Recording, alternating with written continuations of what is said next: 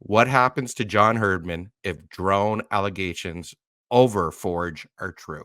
So maybe that's our big question of the day. Over just Forge, or going back to, I think going this back, investigation's going back to, his time with the women's team, the I men's team. think it's yeah. So let's say what happens to Herdman if drone allegations are systemic within his leadership within the Canadian Federation. We've got to be careful, Wonga, because there's so many agendas at play here when talking about Bev Priestman, John Herdman. People like him or don't like them, right? And they're using this as an opportunity to absolutely eviscerate them. Now, okay, they didn't fly drones and bomb innocent people, which we see sadly every single fucking day. Right? Sadly, They flew drones and took video of teams practicing, right? Which morally might be a little bankrupt in sporting parlance, right? ethically, I don't like it. I consider it cheating. It's bad. It's a bad look. But let's not, hang these people literally, right? People want Beth Priestman banned for life from football. Like, settle down. People do way worse things than this and don't get banned for life. She's got a 1-year ban. That seems, okay. That seems pretty fitting. So the question is with John Herdman, and it's again be delicate because he hasn't been found guilty of anything right now. No, There's no investigation, and it'll be available to all of us when they finish it. Canada Soccer say that. If he is found guilty, then you would think that FIFA will come down with a similar ban. Although, was it a 1-year ban because it was at the Olympics, a showcase event, and illegality, right? It was lawlessness.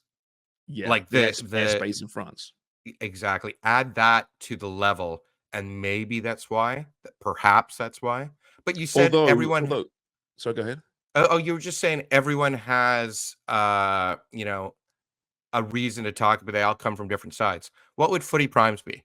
Like, are we sometimes too nice to Canada Federation, or are we too mean to Canada Federation and its employees, including John Herdman and Bev Priestman and whoever is part of the Federation, because of first of all, we have former players who have networking. You have networking that would cross.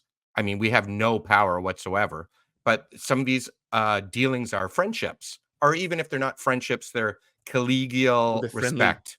We're friendly. Exactly. We've had these people on the show, and they've been really fun interviews, good interviews. Yeah. And it does cause a little bias. And I think I'm the one who gives the less shit. Right. But as you and I are kind of the producers of this show, as far as decision making and going across lines, and it does put me sometimes at loggerheads with our crew sometimes, where I'm like, oh, I'd love to get into that. No, we should hold off. So maybe we might not even be able to have this John Herdman question if the other players were there, because they don't want to be in a position to discuss John's future.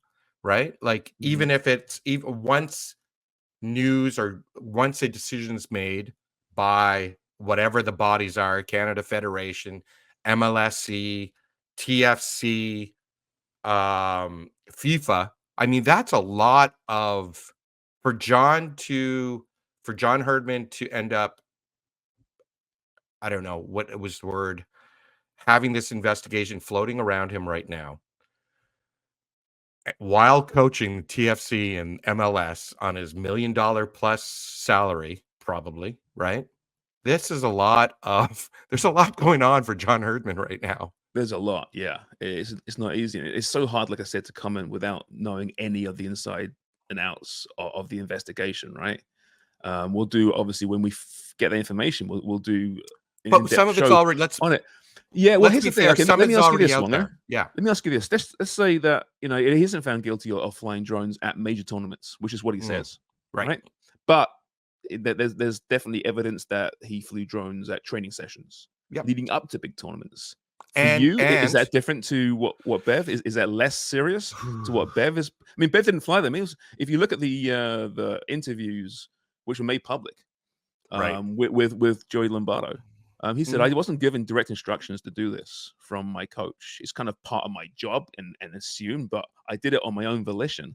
Bev was still banned for a year. It's really that's tough because first of all, let's play this devil's advocate the whole thing through. Let's say he's the architect of the systemic programming of drone flying so let's say then it has to be mitigated. Let's just on the other side is you had Tyler Adams, I think, from the US men's national team saying that we all know that everybody does that. And so if this is the worst kept secret, why isn't someone else, whether it's another federation or other coaches, saying, even if they are past coaches, saying, guys, we all knew we were doing this to each other because CONCACAF isn't this, living in a silo. All these players, coaches know each other, right? So what would be very interesting is to see what someone like Stephen Hart would say, right? Maybe that's someone who could put some specificity on other dealings with other countries because he coached at a couple different countries. I think, Wong, I think we're getting what's getting cloudy here is drone spying and then just spying. A lot of people say, "Oh, we would never do drones. That's ridiculous," right? But spying is pretty fucking commonplace, right? What's the difference then? Sport, yes, right? Whether it's a drone or it's a guy posing as a cleaner in the stadium, with a GoPro, which has been alleged. That big a difference? Yeah, which has been alleged. That happens. It's not, and that isn't just Canada. Let's not kid ourselves here. No. So, is the reason why other nations and clubs haven't made formal complaints outside of New Zealand because they do it too? Ooh, that's an insightful statement, young man. I wonder. Because they brought it to the attention of governing bodies. Say, listen, there's a drone flying up there. It's not a formal complaint. Yeah. But we'd rather it wasn't there. Right? There's way more layers to this than people are making out. And it's easy to hammer these people, right? And if they're found guilty, regardless of whether it's done elsewhere, if they're found guilty, yes, punish them, sure. But I'm just seeing the level of vitriol being spewed at certain people. It's a good word. Seems pretty dishonest to me because I think it's more than just their moral standards. It's way more than that. Well, I don't know about that because I think morality and ethics, people, there's full on. I don't know if it's wrong to expect everyone. Maybe this is a Canadian thing. That's the other thing. Maybe this is us on our Canadian. Hey, we need to be leaders in this space. We always play by the rules.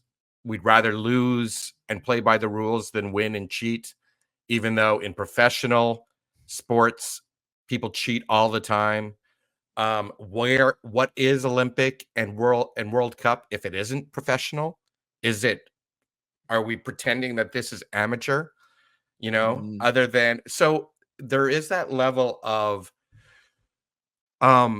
people being black and white when it comes to rules. And someone even wrote in one of the comments, this is a purely Canadian produced and conceived outrage where when we were talking about it, who was the the French player Drogba, who even said, guys, no one's talking about this. We don't everyone does this.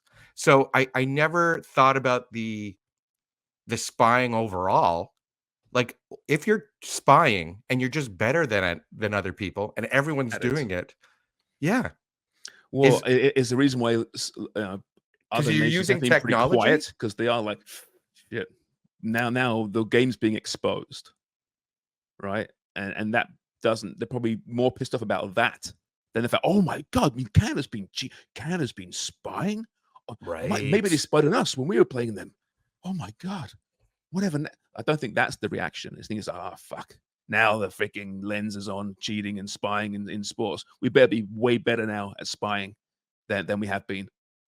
Our drones better be a lot higher in the air than they have been. What is it? How high can a drone go in the air? I have no idea. Look it up, Wong, because I'm assuming for the New Zealand scandal, it was pretty low. You can hear that often. I'll be in my back garden, right, and hear it, and there's a freaking drone up there. Right. Who the hell's doing that? What are they looking at? Probably the paparazzi because I'm so famous. That's probably what it is. But if you can't, listen, you can obviously get industrial standard drones, military grade drones, which are way up there.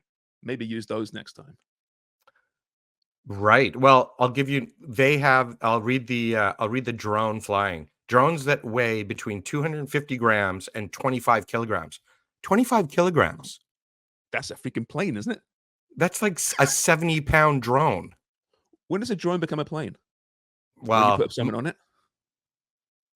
Then it's wow. not a drone. Okay, so yeah, I don't know. They must be registered with Transport Canada and marked with their Oh, registration pilot. this is heavy. Pilots of drones weighing between this weight must get their drone pilot certificate. And so he would have needed a certificate if it's 25 grams. So Joey Lombardi must have a certificate Okay. if drones must be flown below 400 feet in the air. Okay, so that's for that weight class and that particular license. Yes. So how do you get the military grade license to go 1,000 feet, 2,000, I 5, think 10? that's government. If I'm thinking about how my dad would have done it as being a aeronautical engineer in national defense in Canada, it would have been you get it okayed by Parliament and then okayed by national defense, or other way Okay. around. Yeah, Okay.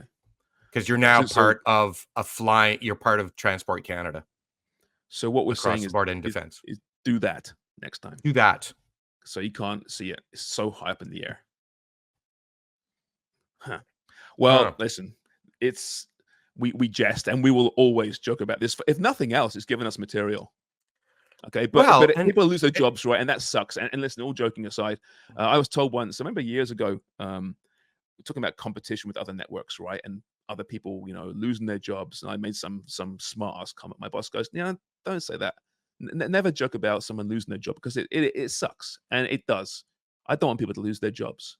Of course not. Oh, I was so unhappy when the Score was bought by Rogers.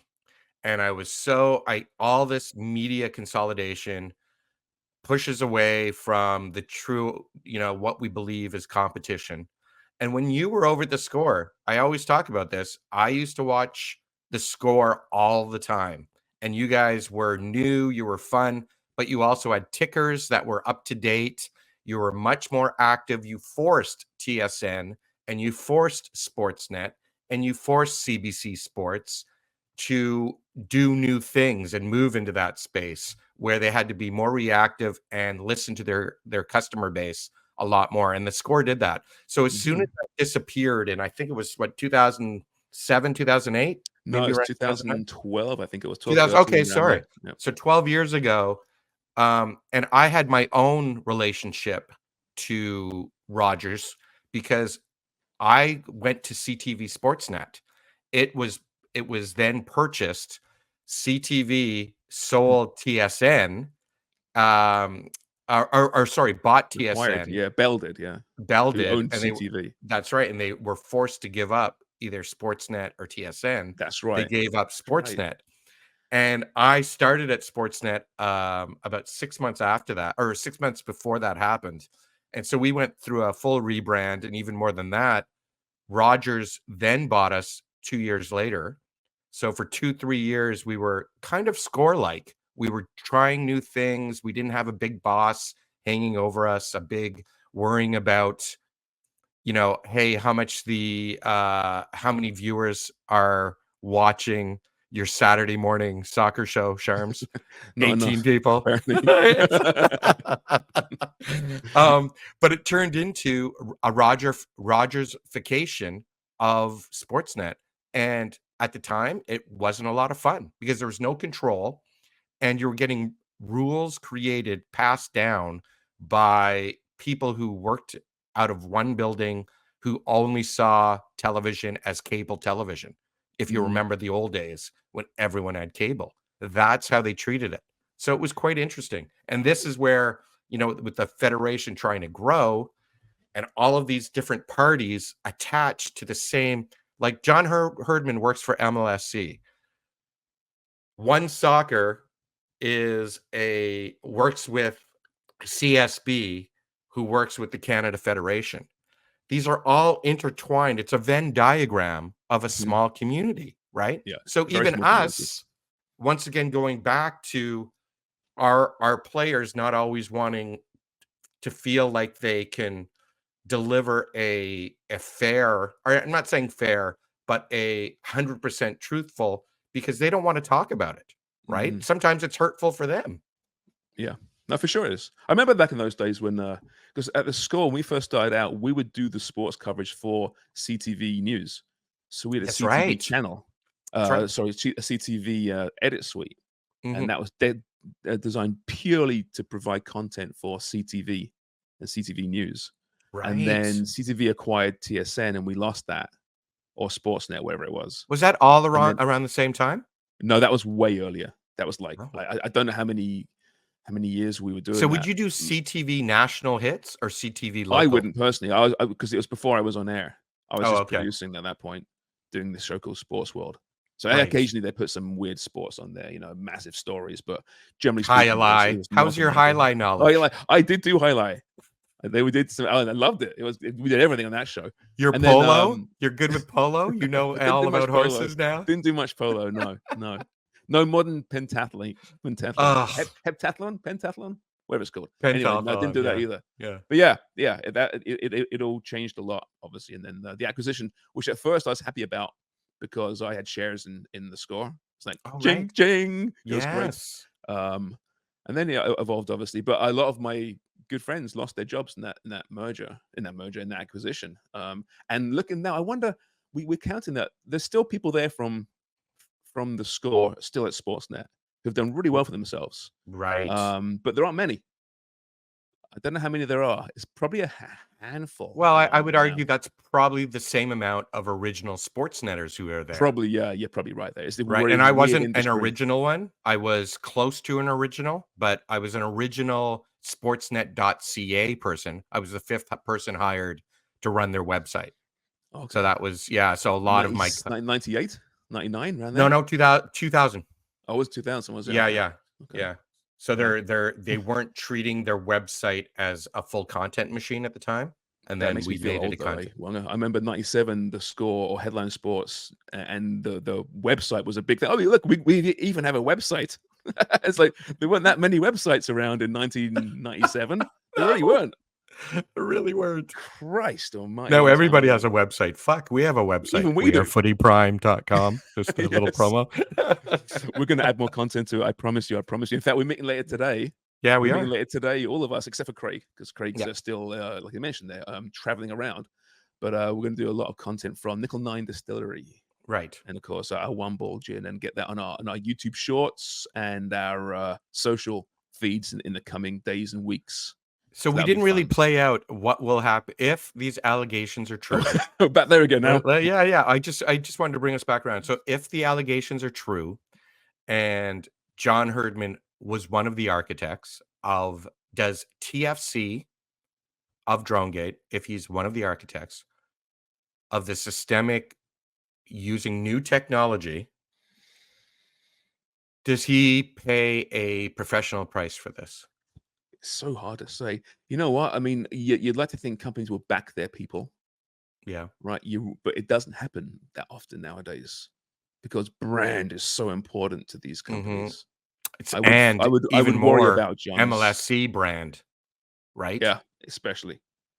They like it nice and shiny. Nice and shiny.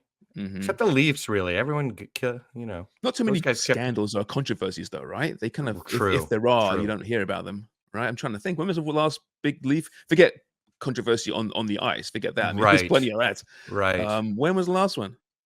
I don't know. Has there been one? I'm an idiot. I mean, obviously, the Gardens sex abuse scandal was beyond anything. Obviously, that was a long time ago now. Has there been one? Like, you look at European world sports, all clubs go through controversies. There was one. They are starting quarterback from last year, Chad Kelly. Oh, Chad Kelly. Which was Argos, which is part of the MLS. He got a 9-match ban, right? Came back this weekend, didn't he? I think so, yeah. But I don't know if he played. Weekend. I don't think he played. But I think he came back and got a huge round of applause and cheer. Yeah. I think. Kind of gross. I don't know how I mean, Austin Matthews got done for mooning a security guard. About 5 years ago. Oh, watch out! A teenager moons someone. Like, haven't we all done that at some point? But of course, come on. I don't remember that one, but I find that funny. It was stupid. It was It's kind like of funny. mooning anyone is funny to me. I think the security guard, it was a female, Oh, that's not played it funny. up as well a little bit. But Ugh. yeah, but it's just how many people have you mooned drunk in your life when you're like 19, 18? Oh, yeah, well, A lot. probably at least a dozen. Anyway, back to the question at hand. I would worry for John Herdman a little bit, depending on how serious the allegations are. Big tournaments, but again, there's a lot of hypocrisy swirling around there. I think regarding that, people on their platforms pointing and saying, "Oh, how could you do this?" When just Mhm. look in the mirror, people. Look in the mirror. So we'll see. I'm thinking that if it comes out in the midst of everything that's going on, but all of this investigation is gonna take a while, correct? I think they might try and wrap it up pretty soon. I Really? think, yeah, I think so. Before MLS, They let's don't want this play that hanging on for too long. MLS season ends in, if I'm correct, November is when, Well, yeah, like, TFC's might. Yeah, I forget when the last game is. I mean, but if they make the can't speak. playoffs, let's play this all the way out through, like, Yeah, they make say the fun. November, whatever. Yeah, Yeah. sure. Um, will it happen before then? If it does MLSC, uh, have the duty to suspend him if it all comes out that he was the Well, architect? if Canada Soccer suspend him from footballing activities, does FIFA need to sanction that, or is it? I think it's more of a I think this FIFA is I punishment. think it's And if both. I think it would be a FIFA, negotiation, wouldn't it? like, wasn't Bev Priestman suspended from all footballing activities by FIFA? And Yeah, that's but that often the was term you hear: all right, football activities, which means club, means international, means whatever. right. So, Mm, and what would the suspension be? How long a suspension would force MLSC to walk away from the contract? right. Given that Well, and this I wouldn't say this year's a write-off. It's not a write-off. I mean, they could no, make the playoffs. They're in the playoff spot right now. Who yeah, knows when the yeah. postseason happens, right? Maybe Insigne finds his top form and Brennan starts scoring goals and the defense continues to play well. Who knows, right? But it's such a difficult one until we know the real details of Yeah, what I is mean, being there alleged. is, but because of the punishment that was dealt out to Bev, it has to be other than the illegality of it all and the Olympics and the huge spotlight on that. Once again, where does spying how punishable is it? Because is it now we're spying with a drone and technology, or is it just as bad as sneaking in a cleaner who's I actually your know. assistant But coach? besides, I think it's the same thing. It's the I same do thing to too. me. It's I kind do. of cooler. It's way cooler using a drone. Yeah. Right? But it's the same thing. And I always spoke like Jimmy's, very adamant about this. It's wrong, it's terrible, it's Yeah. cheating. Cheating is what we heard Dub say, and Craig and Jimmy, who played the game, and I'll definitely, listen to them before myself if I'm, someone Well, I listening to would this podcast. But if to me, it's like, yeah, okay, yeah, it's bad, but sneaking in and looking at a team train, it's who just gives a as bad. fuck? Well, I But don't it's know. just as bad, no? I think there is levels to cheating. I really Oh, do. you do? See, I not on do. this I just spying thing, I I don't don't like it. find Listen, there's level no, I don't find there's any difference in using a drone, tapping into a closed circuit television, like Mhm. 1980s A-Team shit.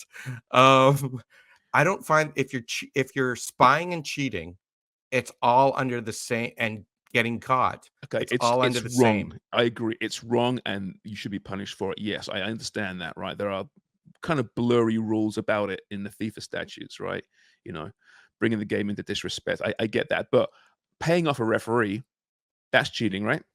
Yep. That's a lot worse to me than sneaking in, Oh, I agree with a that, I'm fake just cleaner. talking about spying. I'm just talking about Spying. spying. So is the use of the drone worse than sneaking 4 guys in cleaners' outfits with a GoPro? No, I don't think it's any worse. It's just exactly Right. the same thing, Yeah, I agree too. which they did as well, apparently. Which we've heard they've done too. They were good at spying until they weren't. Well, that's it. Right? It feels very Yeah. Borat-ish, right? It Like they Borat's it's like if they had a documentary, they blew it at that end, like everyone knew it was Borat at the end, right? Yes, It and kind listen, of lost its if they're joke. pressuring staff members to do it who weren't comfortable doing it, that is wrong, right? And from the emails from Beth Priestman, which were we've read, Yeah, that clearly a problem, right? clearly. Like we've heard from people who were um, that fake cleaner in the stadium, and they were crapping themselves. Rick Westhead Yeah, had a and whole Rick Westhead, article on it. Yeah, exactly. right. They were, Yeah. and that is wrong. A young person trying to move up in the system, being told, "Okay, if you do this, you can move up in the system." That is a terrible thing, and that should be punished. That, to me, the pressure and the duress you're putting an individual under, to me, is actually worse than the act itself. Right, but this goes back to, we're talking about Bev Priestman, but this goes to the Herdman regime, if the timing's right, Mhm. and the systemic approach to that, and the infrastructure that it created that's allowed for this, unethical behavior. I think Wonga, yeah, I think in that case, Canada Soccer with new leadership, with a very dirty past. We know the dirty past and how it's perceived by the public, and they're trying to distance themselves from that. They've got to make an example of whoever's guilty here. They have to, and they will, Yes, and that will yes. mean going to FIFA and saying we've discovered this, and then see what FIFA says. And then if they say, I don't care whether it's Olympics or World Cups, Mhm. the deed was done. We've already suspended Beth Priestman for a year. Does John Herdman get a year? I can see that happening, Yeah. right? I can see it happening. But yeah, there's a lot we don't know at this point. So this is all speculation and hypotheticals, right?